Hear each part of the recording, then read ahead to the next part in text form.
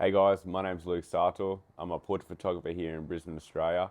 I recently done a shoot with my friend David Schneider from his company Done Digital. They're a digital marketing company for small business, and he dropped some absolute knowledge bombs in our interview before our photo shoot. I interview all my subjects before we shoot, and David was just a wealth of knowledge. So if you own a small business or are just interested in digital marketing, this isn't one to miss. So here's my interview with David, and I hope you enjoy. I always lead with like the same three questions, and I've got some more specific for you. So, why do you do what you do, man? Yeah, great question. I think from a small age, I've always been super passionate about business. I think for me, when I think of business, it was always the ability to create something that's meaningful to you and make money while you do it, right? So basically getting paid for doing what you love.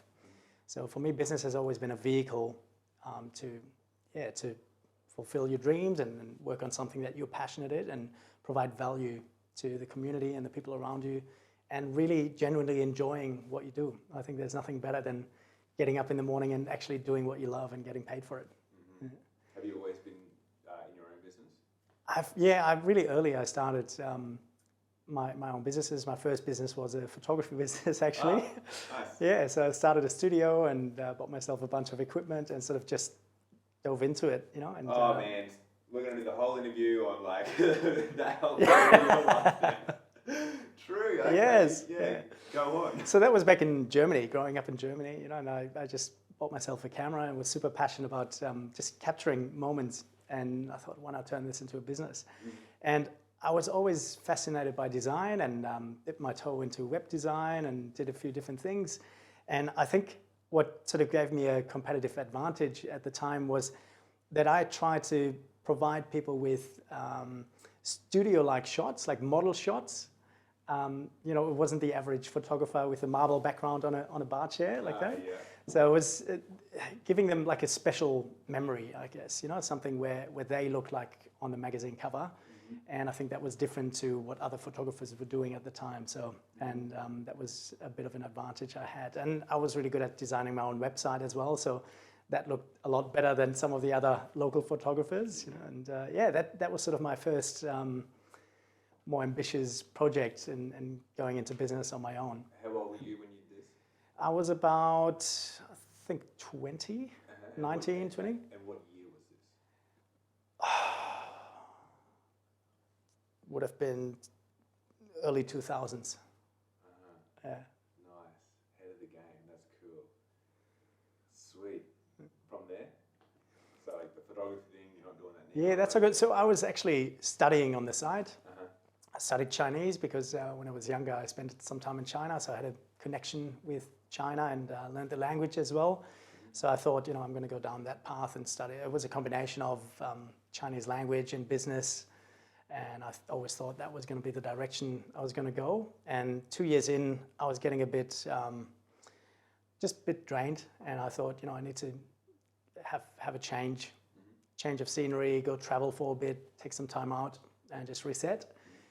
And as a student, you know, you don't have a lot of fun. So I was like, oh, it's going to be some work and travel kind of arrangement. So I started looking online and Australia popped up and I was like, oh, that sounds exotic, you know, like for me, Australia was like far away, warm, summer. And I was like, that's it. So I came backpacking and planned to stay for a year and never left. Been here ever since. Sick. Yeah. That's so cool. And then like, so that it was like backpacking and then just doing the typical backpacker earning money thing or?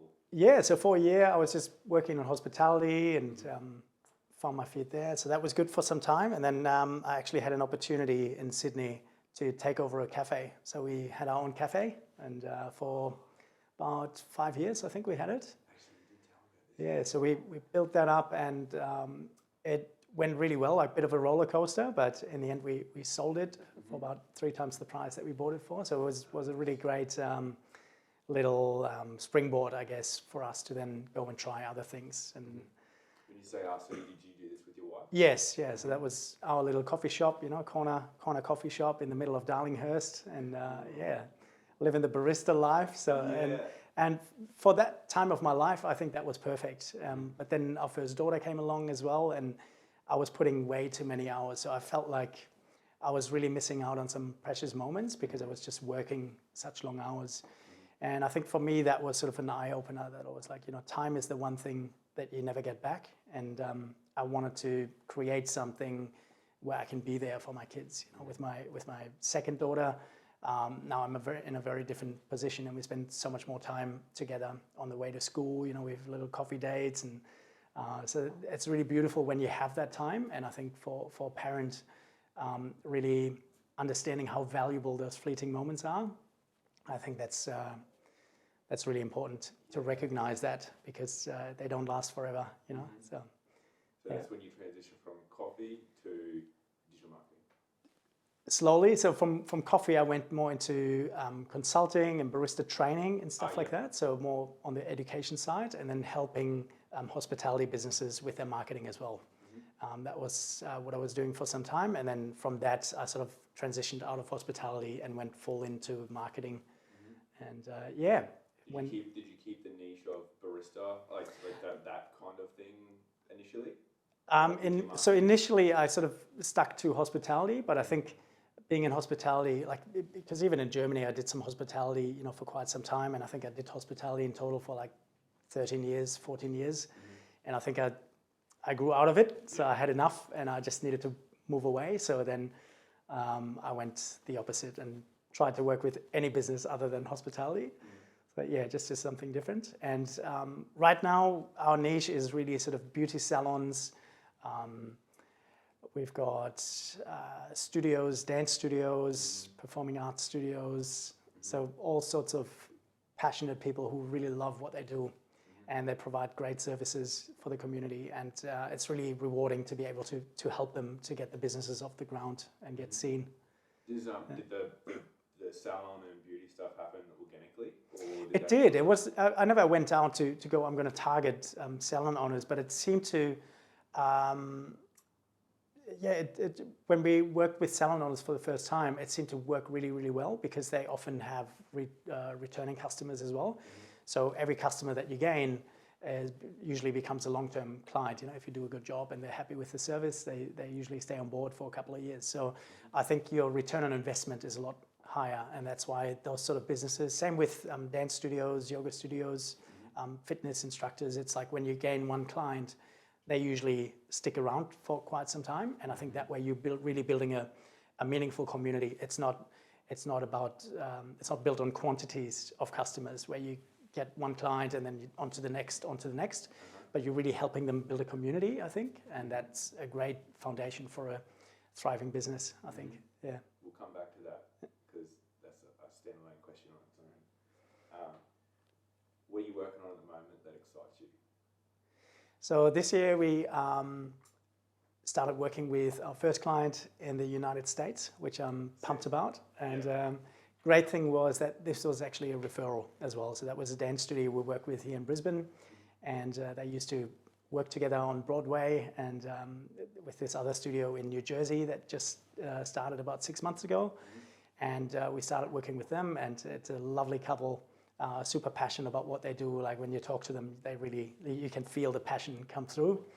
And that's exactly the kind of people that I love working with. It's, it's infectious when you work with business owners who just can't help but do this one thing because that's who they are, right? It's ingrained in them. You can't not do it.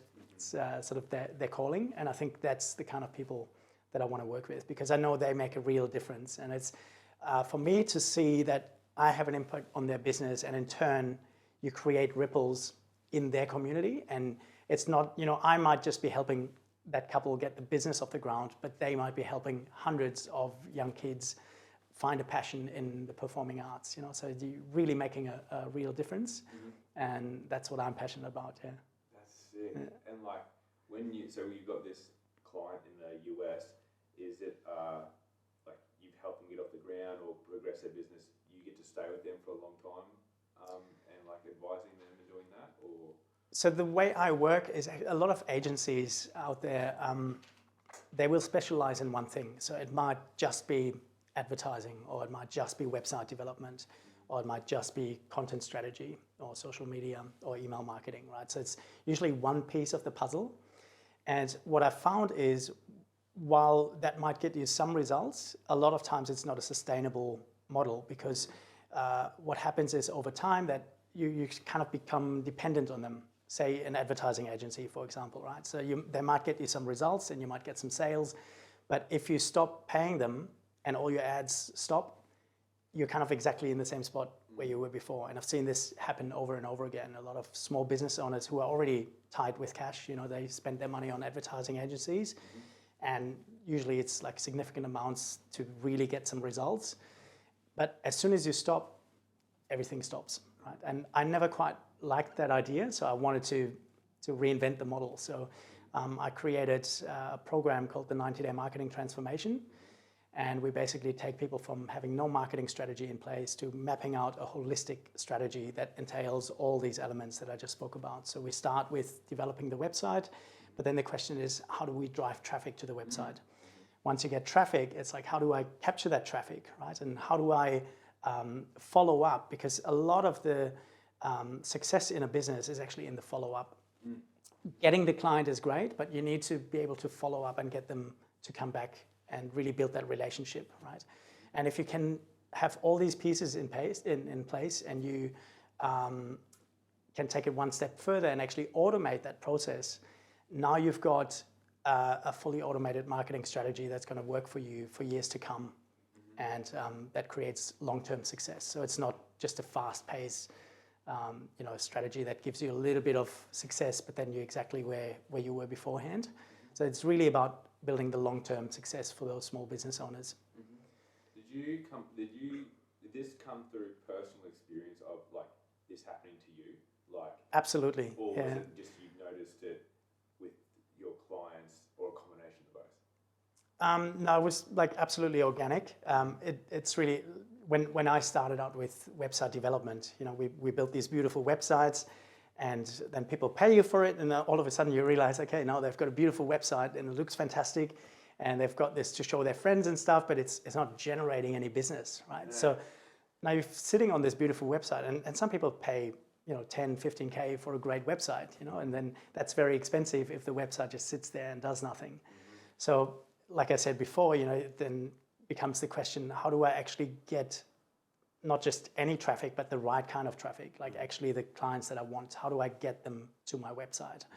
And how do I capture those? How do I get contact details so I can actually build meaningful relationships? And it was sort of, we added one piece at a time to it, because we always got to the end of the line and we were like, there's something missing. We need to take it further, right? Yeah. And now we've sort of gone full circle, and we realize, what are the pieces that we need, and especially like what are the pieces that we don't need, because there's so many things in marketing that you can focus money and time on, and they don't really get you results. So I think it's really important to understand where to put your attention and what to focus on. Okay, again, that's going to link into later. That's so good. Okay. What would you tell your younger self?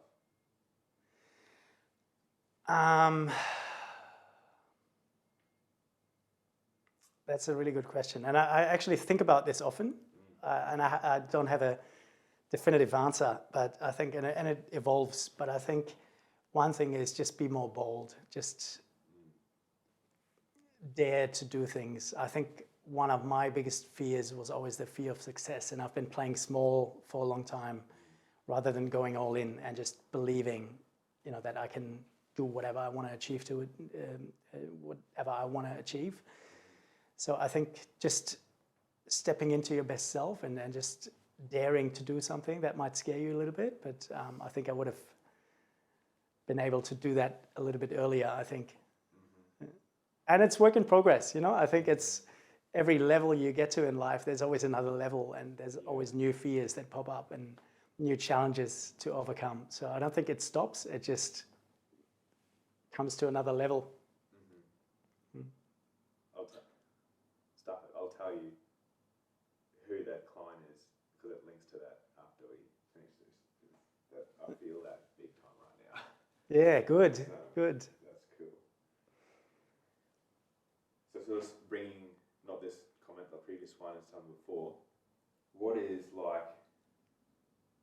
common thing that small businesses get wrong with their marketing that you've noticed? Like that they think they're doing the right thing and they can just cut that away and do something else, or that they're just not doing it all, and if they just did this one thing, it would help them greatly.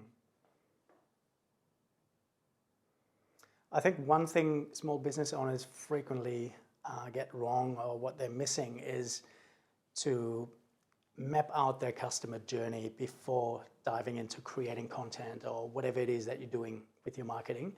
I think having the back end right is, you need to have the way I like to put it is, anything you do from advertising to content strategy, that's all fuel to your marketing. So if you look at your business as a vehicle and you're trying to put more fuel into it to go further, but what you don't realize is you're missing the wheels, right? So that's kind of the analogy that I like to use, because people always go like, oh, how do I get more traffic?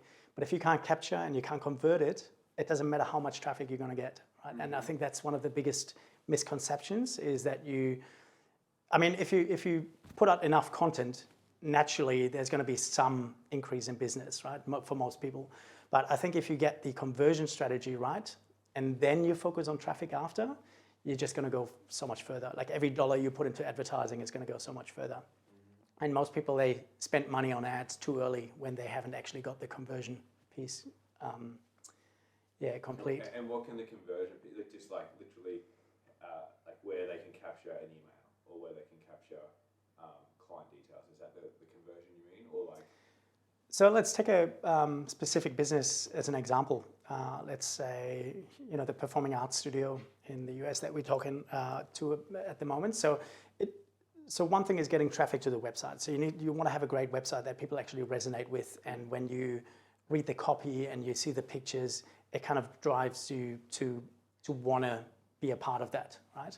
Whatever the business is. And then you want people to take the next step. So for them, I think most people miss this. They try to get the people straight to the sale, but there's a lot of things that are going on in between before people are ready to buy. And it might just be timing. It might be just not feeling ready, right? They want to do it, but they might be scared, or they might be fearful what's going to happen if I show up to my first dance class. Am I going to be judged? Is everyone going to be so much better than me? So it's about eliminating those fears and making it approachable. And one great way to do that is to offer something what we call a lead magnet in marketing. It's something that you offer for free in return for people's email address, right? Or some kind of contact details. Because what that does is, so it eliminates friction. You're offering something that is a no-brainer. It needs to be of value. So for example, say you're looking at dance classes and you come across the website and suddenly there's an opt-in that says, claim your free dance class. First class is free, just pop in your email address and we'll send you a gift card, right? For you, the decision-making process now is reduced to, do I want the gift card, yes or no? Rather than thinking, oh, when do I need to book? How much is it going to be? Am I going to be judged? Like what do I need to wear? So you want to reduce those questions that people have and just simplify the process. Because once you've got them on your email list, and you can actually reach out again and you can say, hey, Luke, you got your free voucher, right? We're super excited that you're keen, and we'd love to see you here. Is there any questions that we can answer? So now you're making the process personal. You're taking it from the online world into a real conversation that you have with your clients. And I think there's real power in taking that from this anonymous, just another website to, hey, I'm a real business owner, I'm reaching out to you. But we can't reach out to people unless we have some kind of contact details. And that's sort of the missing link a lot of the times. It's giving people something that they're happy or willing to give up their email address for, so we can then reach out and make a real connection. I like that. Yeah.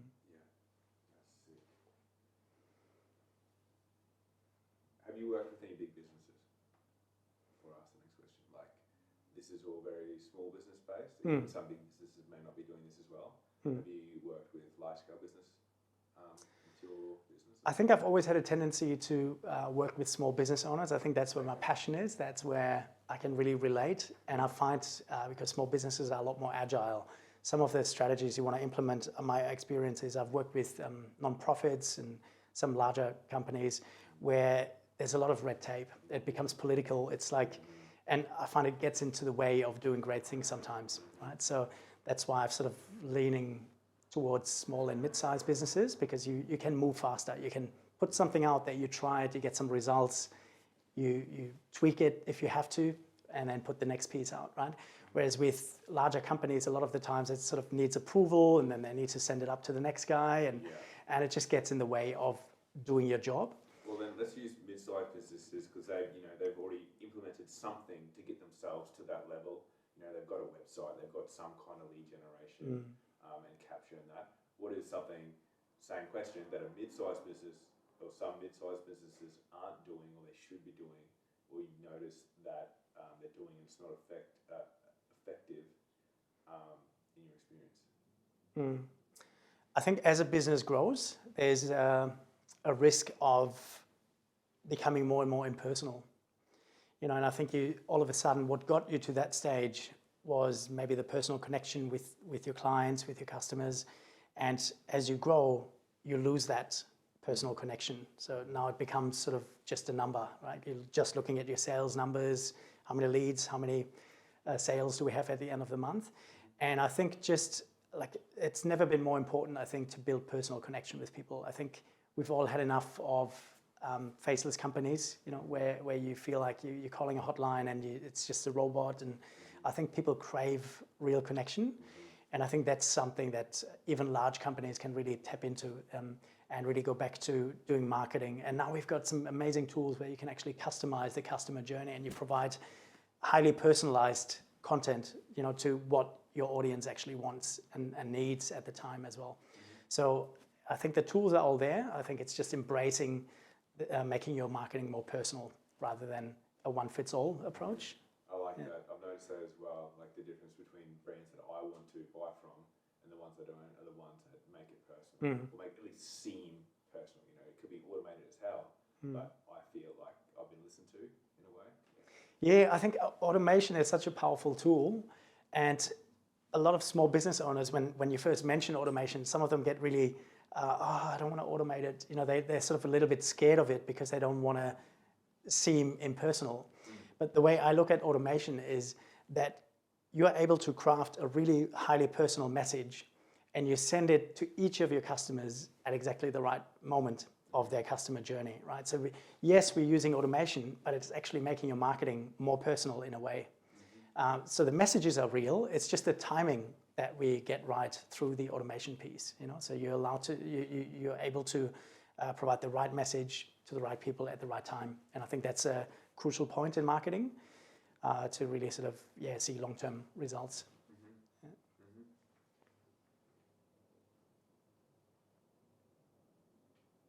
Okay, we kind of covered this, but see if it changes. If you were starting a business from scratch, I know this is kind of a broad stroke because what's the business, blah, blah, blah.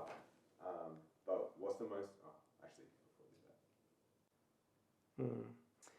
I think there's a lot of, like you said, it depends on the business, and there's a lot of different answers you could give to that. But I think the foundation is you got to make sure that you've got a product that people actually want, right? So I think there needs to be some initial testing. Most people jump straight to developing the website and getting business cards done.